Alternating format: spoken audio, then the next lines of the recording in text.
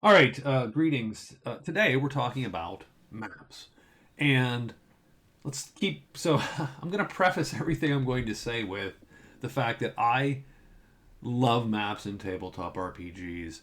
Mapping is maps and mapping and looking at these maps. And so is one of the things that sort of, I think, imprinted on my brain when I was a young kid starting in the hobby. And so I do love a good tabletop RPG map. Having said that, after 45 years, and I think I'm a little bit over drawing maps because you know, as I get older and have less time, and so I'm running two games right now a week, and I'm trying to make these videos, and still get a job for a while. Hopefully, still have a job, right? And so, I mean, so there's just not a ton of time to prep a game, and drawing maps takes time. If you draw a nice map, it's going to take a little bit of time, and as it goes, as I get older in my GMing life, I try to focus on things that are going to have sort of a more lasting impact on the players' memories, my memories, and my enjoyment of the game. And so for that, if the map is going to be used a lot, if it's a map for the campaign, if it's a map of a base or a hometown, then I'm all for it. But if it's a map for a dungeon that they're going to spend 2 or 3 nights in and then we're never going to go back to, then I'm not drawing that anymore. That's just not that's not worth it. And because again, it's throwaway, and no one's going to come back in 5 years and go, "Oh my god, that map for the tomb was so amazing."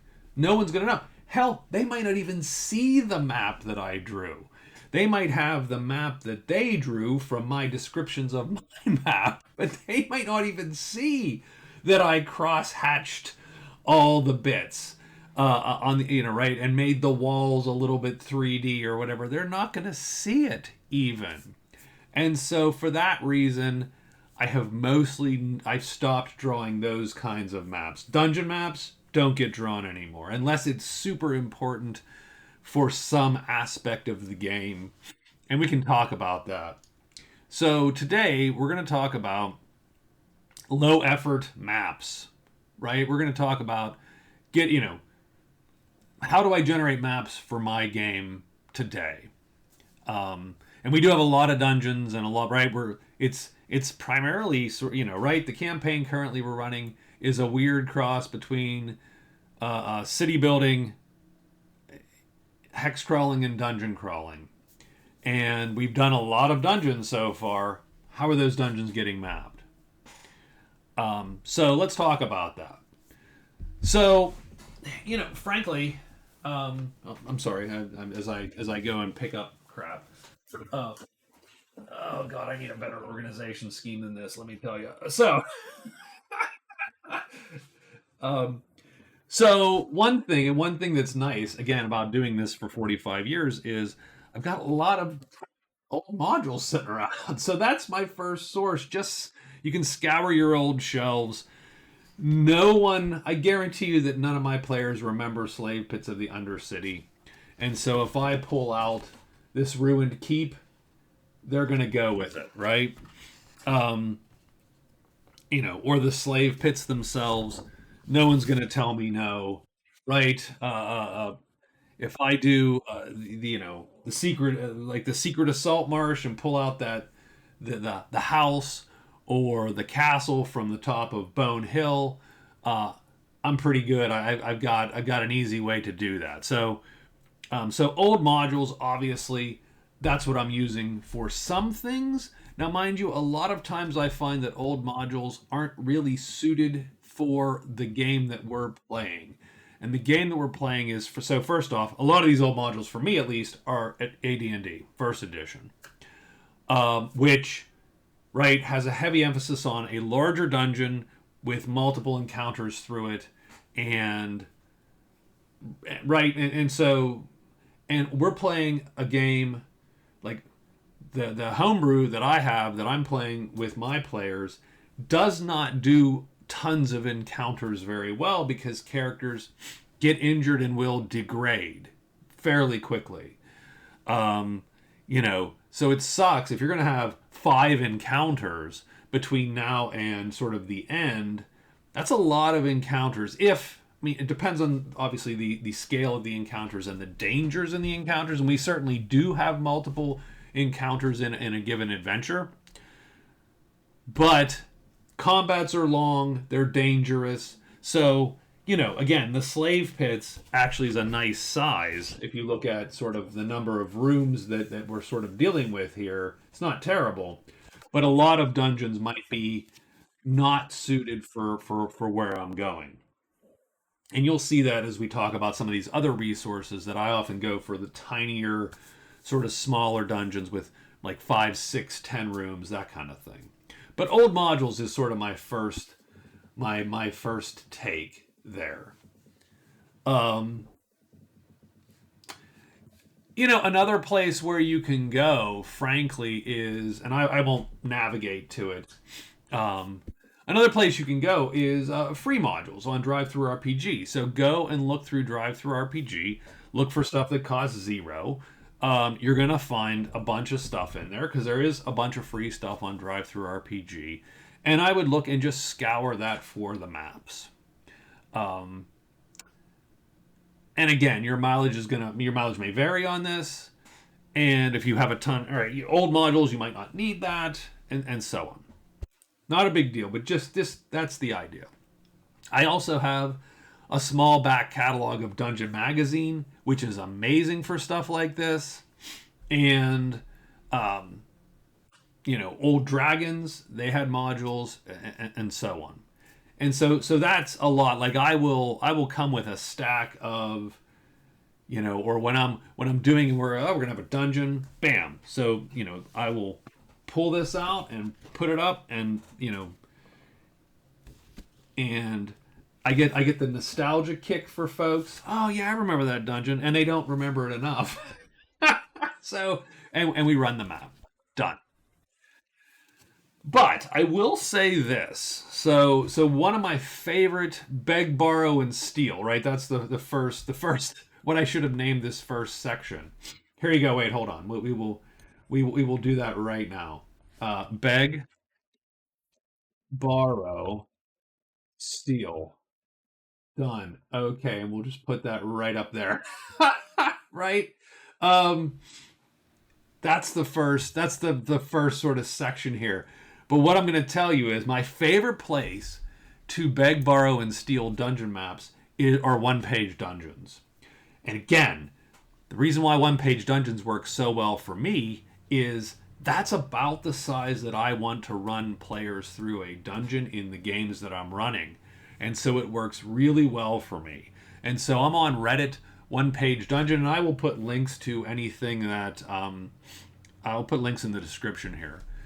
If you need them. I mean, probably this is all probably old hat for people, and they're like, "Yeah, dude, we've been doing this for forever. You're behind, old man." But one-page dungeons are great. I mean, that is a great dungeon right there, and some of these folks are amazing. And like this little isometric thing, and you have the steps, and you have a little bit of visual sort of to go, waterfalls, etc. This is a great one-page dungeon. It's going to be more effort than I would want to have put in, and I'm getting it for free, effectively. So amazing, and map art by Chris Kind. So there you go. This is good stuff. And I typically don't use the actual dungeons per se. Not that they're bad; they're wonderful. But again, they're probably not what I need for my game, and so I'm just going to take this map and I'll rekey it, right? And print it out, rekey it, boom, it's used in my game. So I apologize to Dustin the Red for ignoring his map text, but I do typically ignore the actual map text, and there's tons of these here. So, and indeed, and I don't know how much of this is, and again, good stuff, right? Nice small map done. You don't need you could use it if you want to. I don't. The text. The other place you can go, of course, is to thedungeoncontest.com. They have a contest every year, and you can go grab these in a zip form all the way back to 2009. You can't see, it's behind my head. But here you go, 2009 entries. And you can get a link to the files. Here's the 2009. Open that bad boy up, and you've got a one-page dungeon. So I download all of these. As I said, I can print them out if I need to, or just copy the map if and then paste that bad boy and print that. And so this is my primary. I'm gonna steal stuff from is one page dungeon.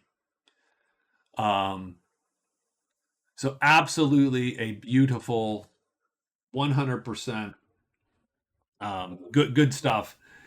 And again, your mileage may vary, and some of the I actually didn't like 2024's one page dungeons because there weren't as many with maps. A lot of them were just like, hey, here's some text. I'm like, well, that's not what I need, obviously. But all good, all fine. It's free.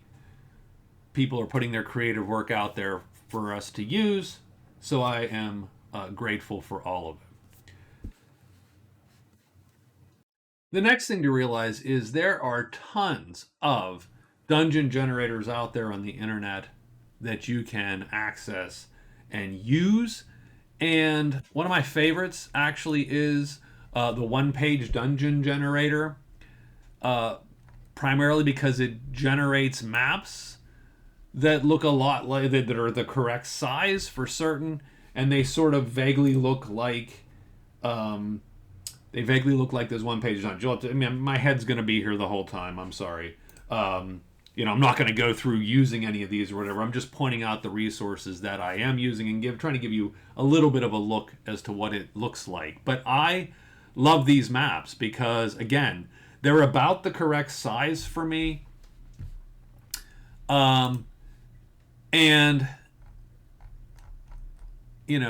right? So, can we regenerate? Can we do a new one? I don't know actually if we re-up the whatchamacall. So every time you come to the page, it's a new one. Oops, I just closed it. Darn it. let's try that again. Professional grade here, as I like to say. So there's my one-page generator. Boom, there's the Ruined Abbey of the Lich Messiah. Now, I don't actually care about any of that, and I don't care about the text. But again, the maps can be fairly easily used and tweaked to my needs. And so I do really appreciate the one-page dungeon generator at, what is it? Whatabow itch.io, but again, I'll post the link, so I'm not going to try to read the links to you. Another one that I use, not as much, is Dungeon. And the reason why you would want to use this guy here is because, and you can't see it, again, my head's in the way. Let me, there you go, poof. You'll see on the right there that this thing you can download a file, and this gives you either Roll20 dynamic lighting or some features for Foundry or Fantasy Grounds. Now, I think some of that stuff you have to do for patrons. You have to be a patron on their Patreon. But, the maps are sort of nice. I don't hate these maps at all. And you can easily download them and use them in, say, your virtual tabletop. It's not my favorite, but if you want some of that extra functionality, no reason not to, not to hit that one up. Another one is on the D20 SRD site, and you just get a lot for this one. You can see a lot of little choices here. I want a rectangular dungeon. I love the fact if you give me the ability to put hexes on, I like it because I'm going to use hexes, of course, in my map. So that's why I included this one specifically, because it had hexes. And then, boom, we hit construct, and there you see the larger scale of the dungeon. Now, I don't love the rooms in this one because they're sort of awkward, right?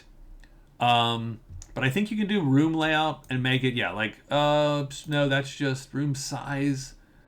If we make small rooms, they're a little bit more rectangular, but the rooms are sort of all awkward size and trying to fill the space. I don't know if I love that or not, but that's something that easily can get filed off when you're actually then in play. You can just go, we'll make this rectangular and cut this section off or something, right? If you really wanted that.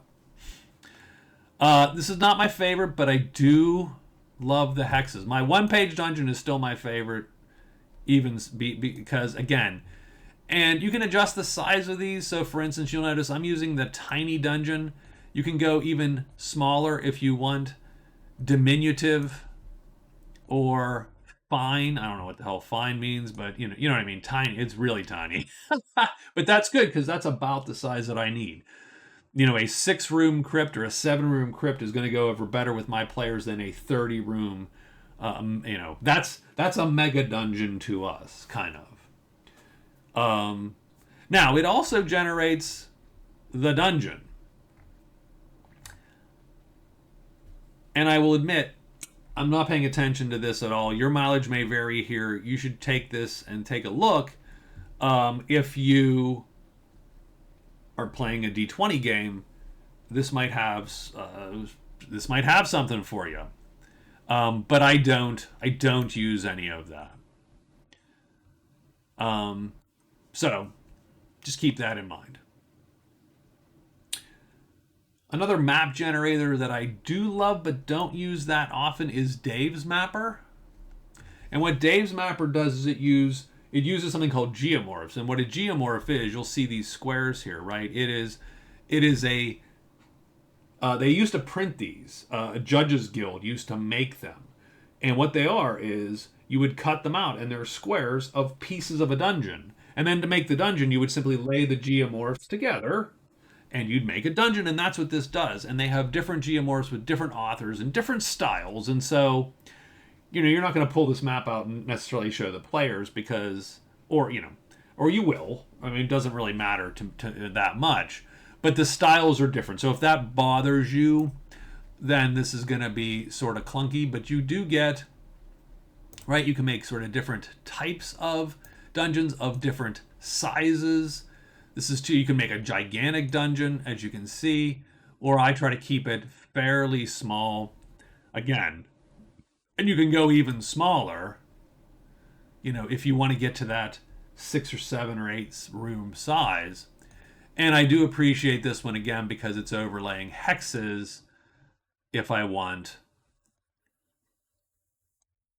and not necessarily just squares.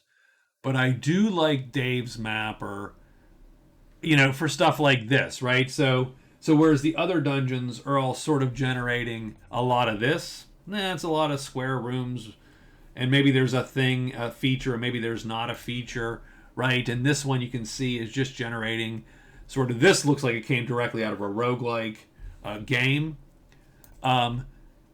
This, everything is unique because someone hand drew each one of these and then they cut it into these geomorphs and then stitched the geomorphs together. So if you're looking for sort of interesting inspiration, this clockwork gear room here, sort of cool. Or what's the deal with this square roundabout passage, right? Or the mini maze, or the statue. Like, if I'm looking for a little bit more guidance in something, then then this might be the way. Like this right over here, and And you can, and I haven't really taught, but you can tweak these, which is wacky too, right? Um, so something, or get rid of it.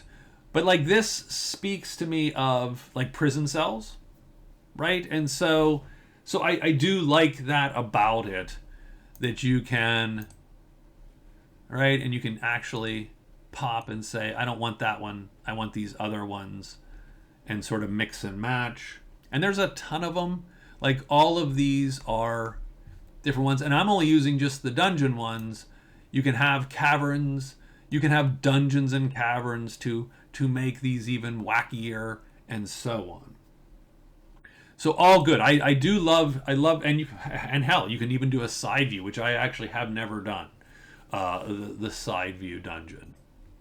So I do love Dave's mapper. I don't use it that much because it tends to generate fairly complicated designs. But again, if you can push the size down, you will tend to get something that is reasonable. So typically I'm using, actually strangely enough, a 1x1 or a 1x2, and then sort of mixing and matching to my needs. Sort of a weird honorable mention is there's a site out there called HexDescribe, and it is to generate hex crawl campaign maps. And I'm not a, I mean, and again, because the outdoors is something that I'm going to return to over and over and over, I'm going to draw that. So I've drawn the overland map in the game. What I have not done is drawn all the dungeons. So I don't typically like the idea of, hey, generate me an overland. Nah, not actually that interested. But this thing does have also in it, and I will put the link up, a generator for all these mini dungeons, because of course, what do you need if you have an overland map? They have dungeons on it, and then you need the dungeon maps. And so this generates the underlying dungeon maps that are going on this hex map. And boom, and you can get a dozen of these, right? Very nice. Little teeny map, you can see it right there, right? And it does have stuff in it. And again, I have no idea like how they're generating all these. I assume they're generating with some kind of 5e style treasure, right? Treasure generation. And so again, if you're playing a D20 game, you're probably going to be able to use some of this. I don't typically use that. I typically use the map. And I do love, though, I will say, I do love some of the prompts in here. And so I tend to read these to give me just an idea, right? So if I see 13 drunk centaurs, now I don't necessarily have centaurs, but boy, I can have 13 drunk trappers, right? Big old, Viking Baraki trappers or something. Hobgoblins might become militant goblins, and so on and so forth. But I love it just because you get a ton of these. Now again, I might be cutting and pasting that onto another sheet and then printing that out for my own needs. But you might want the descriptions and the rooms, and definitely interesting. Like I said, if you're running the correct system, and here they actually show you all the tables and stats behind all these things, and it is, I think, somewhat. They're always looking for new ideas. So if you have ideas, there you go, done. And that is HexDescribe. And the dungeons generated underneath. So I use a lot of dungeon generators nowadays to generate my maps. And it doesn't create awesome maps typically that are like, oh, this is so amazing, right? I mean, Dave's Mapper is probably the best for that if you want to create maps with a lot of unique character. Um, but again, you don't often need a lot of unique character on a dungeon map that you are ultimately going to throw away. Keep that in mind. Um, so the next thing, give me I'll change my caption. Hold on. The next thing is I do a lot of node line drawings nowadays. So our big dungeon was this immortal tomb in this campaign. It was a tomb of the ancients, and the ancients were effectively collecting the worshippers of the cult of immortality. And it just so happened that then the priests would make them sort of undead by siphoning off their life force, thus giving them immortality, and their worshippers sort of a twisted form of immortality in eternal servitude as an undead shell, right husk of yourself. And this is it. This is the tomb that they went into. And all it is, I used Draw.io. So there's a site out there, Draw.io, and it's really to make different, computer architecture drawings and stuff like that. But man, circles and lines make a great way to make a dungeon. Now, strangely enough, I wouldn't use Draw.io, frankly, although it was useful to be able to move things around, right? Because you can grab any one of these and move it, and that is actually pretty useful. But I think if I'm gonna commit to circles and nodes and line drawings, then you can just do it on paper. It's trivial to just write back of a sheet. Boom, you could have one of these and draw one of these in minutes. And all you're doing is you're saying these are the high points, right? And these are the connectors to the high points. And you don't care about dimensions, and you don't care about the internals necessarily of a room right off the bat. Elevator, lounge. Now again, you might have to write up each of these nodes. That might be part of your prep, or you might have to be improvising what's in a room. We can talk about that a little bit as well. But for this, it was perfect, I think, and and it gave them a sense of place, and it didn't. Drawing all this out would have taken a lot more time, in my opinion, than simply abstracting it. So that's my next sort of section here, is just abstract. You can abstract your dungeon to a degree, and that is going to save you a little bit of time on the map. Now, this still took time to do, and it still took time to think about, but not having to place everything exactly did easily help with the time, because placing all this exactly would have actually taken a little bit of work. So node and line drawings are usually where I'm at if I'm going to make a dungeon nowadays. If I'm drawing a dungeon, I'm probably drawing circles and lines, frankly. Now, the other thing that I do is I take the same concept and I make it into a deck of index cards. Now, I just drew 2 rooms for this, right? And key it, and I'm done, right? And you now have effectively this here, but with cards. And what I do is, now I've done several things like this. I've either done node and line drawings, or actually I've made these for certain specific areas that are actually drawn out. And that does take a while. So I'm not actually suggesting that, because this is my low effort sort of concept. The low effort concept would be to do this and just have a bunch of these that connect different ways, and get 20 or 30 of these, and you can make a deck out of them, right?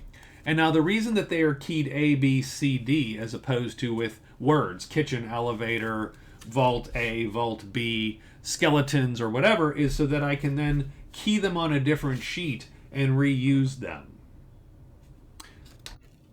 or make adjustments on the fly. So the problem with something like this, so what I truly do when we're playing is I just have a deck of these, and I actually don't tend to use Sharpie or whatever, because it shines through, right? It's a little too much for the note cards. So I use usually pencil. And what I do is I'll draw the rooms and the nodes and the lines, and I will put a deck. And my players actually know. Oh, we're going through a deck dungeon. I use and I so here's mm, so keep in mind that and so this is sort of there you go and this is so keep in mind that I do mix it up quite a bit. Let me actually make it a deck. There you go. I will actually put a little title there. Make it a deck. So I actually mix it up quite a bit. In our campaign, I have used the pre-gen maps from. I've used I've used a I've used maps from modules, pieces of them for sure. I have used random tables, which we'll talk about in a minute. I have stolen stuff off of One Page Dungeon, and I've used generators, a node and line drawing just like this, and I have done effectively like a random table or a deck kind of dungeon with them also. And so they know that, and I do that because I love different mechanics, right? And different ways of expressing the idea of a dungeon map to the players.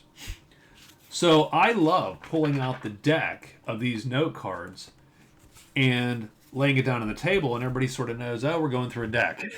And I'm like, yep, shuffle. And we put it out, and I've got my key. Oh, F. And the nice thing about it, if you make it into a deck, right, is that then you can get surprised also. Because again, let's say, if room J is the treasure room. Now, obviously, you have to play it a little bit fast and loose and go, yeah, I'm not going to draw the final room yet. We've got to go through.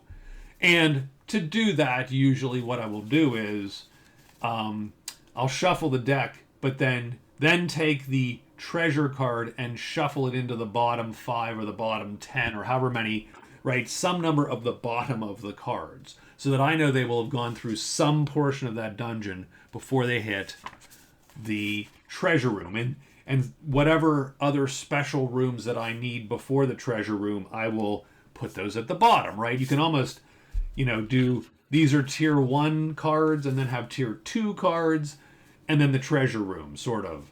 And then that way, they know they're getting closer because they've hit the next tier of cards, which will probably have some marking to show, and then the treasure room is going to be at the bottom-ish part of the deck, right?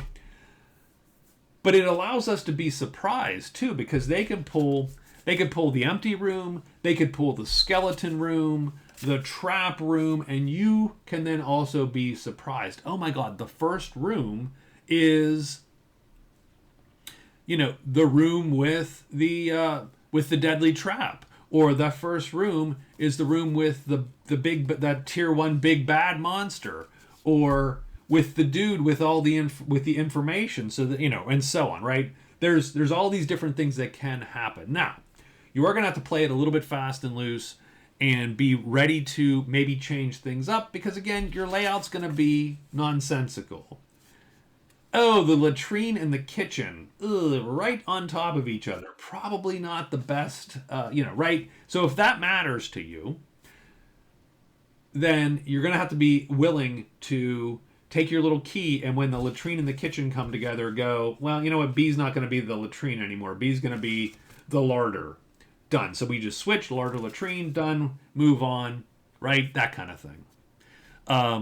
If you don't care, then you don't care. Or if you can gen up a reason in your head why that must have happened, maybe it's not, maybe it's not the latrine for the actual old inhabitants of the castle, but the giant ogre that's taken over the kitchen now uses that, right, as his dumping ground.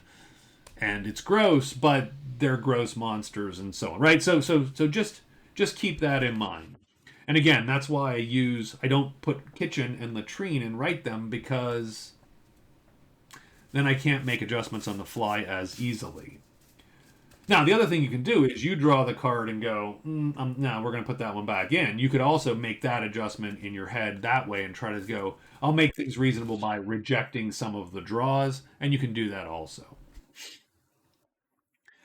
But again, once you do, these become reusable. I can reuse these all over the place, and they're not specific enough to, they're only showing you nodes and connections. And so they're easy to reuse, they're easy to add to, they're easy to take away from, and so on. And so another way that we can abstract is you can just go with a random table. So I've been doing this for quite a while too, right? I mean, if I need about I need a dungeon that's going to be 6 to 10 rooms long. I'm going to make maybe a D12 or D16 table with some ideas for rooms. I'm going to put them in the chart, and then we're just going to roll. And Crown and Skull, which again I griped about a little bit on channel here, but they do have, I think, at least a neat sort of idea in there, which is that they create the dungeon out of zones. Each zone has a theme or a feel to it. And each zone then has its own little table of rooms. And one of those is going to or multiple of those or whatever, can let you move to the different zone, right? So you sort of have this random table in zone 1. So the zone 1 might be the castle the outbuildings of the castle. But then once you find the gatehouse, once you roll, I rolled an 8, okay, that's the gatehouse, you fight the guardian in the gatehouse, and then you're able to go into the cellar, or you're able to go into the barracks, and the barracks is another zone, and then that has 3 or 4 rooms. Like in Crown and Skull, it's 4 rooms and sort of 4 different types of encounters. I thought I would do more, but I love the idea of the zones, and each zone has a feel, and that gives you the ability to sort of play with the formula, right? You can go, you can't get out of the zone unless you've done 3 of the rooms, or you can't get out of the zone until you've met the guy with the key, or right, you can play with it a little more, and I do like that. But just using a table, and now you might lose a little bit of sense of place, and you're going to have to be willing to fudge, times and fudge distances, right? The players might go, well, can I shoot from the kitchen? Can I shoot from the gatehouse into the first room of the prisons? Because they're connected, right? So can I shoot through them, or is it like 100-foot tunnel? And you're gonna have to make that call, kind of thing. And that is something actually that happened a lot when I watched playthroughs of even Crown and Skull, where people going, well, wait a minute, we were just in the such and such room. Can we now run back to it to get the thing to fight the new monster in this other room? And the GM, you just have to make that call, right? So what do you lose? You lose a little bit of that geometry and that geography and the topology of the dungeon, but now you just have a random table with things like kitchen and prayer room and bone room and the grinder and so on, and you don't even need to go through this level of effort, and then you just roll, and that tells the players where they are. And then you can either be drawing it as they go, right? You can go, well, they went from here to here, good enough, or not even bother.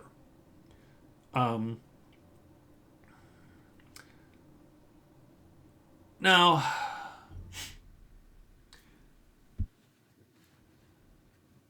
even if you fudge, so now what I'm talking about in a lot of cases, I am going to take one of these maps, and then I'm going to print it out, and I'm going to key it myself, and then write what's in the rooms done. So I'm creating the encounters and the dress, the dungeon dressing, etc. I'm doing that for real. I'm actually doing that. So there's a little bit of prep work still, and it's still a considerable amount of prep work to stock a 20-room dungeon or a 10-room dungeon or whatever. That's another reason I want to keep them small, by the way, is to have less work stocking them. another thing you could do again, or you can certainly use these if you wanted to, for instance, or you could just use, for instance, it's a mined wall, the charnel pit, the slave pen, the firewood room. Okay, I will use those descriptions to then fill those dungeons. Now, depends on the generator, right? How good that makes sense. And again, you're back to the problem of, well, right? So here you go. The Wretched Caves has a kitchen and a crypt. Where's the kitchen? The kitchen is 5. So the kitchen is up here, up top here, and right next to it, and it's behind a secret door. So, and the chapel. It's the chapel and the kitchen. So none of that necessarily makes sense. So just keep that in mind. It depends on the generator you use. Typically, I throw out all the text descriptions for the generators I use, and just then write in my own stuff. I will say, so one thing that, so obviously the major encounters, the major bits, the treasures, like I'm going to write that typically, but I will say one place that I've actually found a use for Chat GPT. It's for garbage dungeon dressing. Things like, name 15 things I'm going to find in a medieval kitchen. Done, right? Or can you give me a list of 5 books that a wizard might have on his shelf? And it will give you reasonable crappy titles. As you know, I think that large language models and AI in general give us democratized mediocrity. Like none of that is gonna make you go, oh my god, that's amazing, I need to use that. None of that is none of the stuff it's gonna generate is good enough for that. So all the special stuff and the important stuff, I think you should definitely be writing yourself.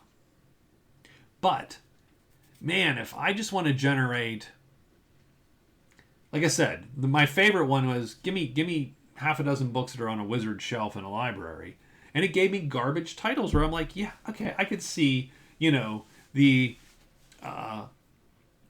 the history of automata written by, Gazel the Wise or some bullshit, and you go, okay, well, all right, I suppose, because that's not important. It's just something, and you have a list of, and so I do like that. I do like the idea of using it for sort of garbage, throwaway text and tables that you might use just to say, look, in this kitchen, there's a bunch of barrels in the corner. There's, 3 cooking pits, and it might be able to generate stuff like that for you. And I have used it to generate sort of, those throwaway details that you might not otherwise, you might not otherwise want to think up on the fly all the time. And you might not want to sit and write. Okay, hold on, it's a kitchen. So now and you're writing a whole paragraph for that room, and you go, yeah, but this is a throwaway room. Nothing's going to happen in here, Now, and one thing to keep in mind always is that your players are going to be clever, and what's throwaway text to you might be the next solution to their next problem to them. And so you should try, I think, to have adequate dungeon dressing in that sense, and try to put random stuff in your kitchens and your middens and your torture chambers, etc., because I think they might go, ooh, that tooth extractor, I might be able to use that back in the town. So I think you should have that. But I know it's a pain to generate at times, and AI does not do a terrible job at it. The other thing that doesn't do a terrible job is any number of tables and generators that are out on the internet. The Tome of Adventure Design is good for sort of random flotsam and jetsam, and there are tables out there. And we, and another thing, which we'll probably not talk about here, because I'm going to drop this, this video is getting a little bit long, is doing that. We should be, we'll have maybe a video on, but we should always be making our own gigantic tables and lists of stuff that we can reuse other places. So that's how I'm making maps for dungeons in my game, and I'm not drawing any of them. So my players are all like, yeah, we knew. Oh, God. My players are going to all quit because they're going to be like, man, you're not putting any effort into this game at all. Shh, don't watch. It's fine. It's all good. I 20 hours a week just for you guys. That's it. So thank you for a little bit of this ramble. I think we're going to talk a little bit about next time NPCs and locations. And there you go. I will talk to you later. Have a good one, and thank you for watching.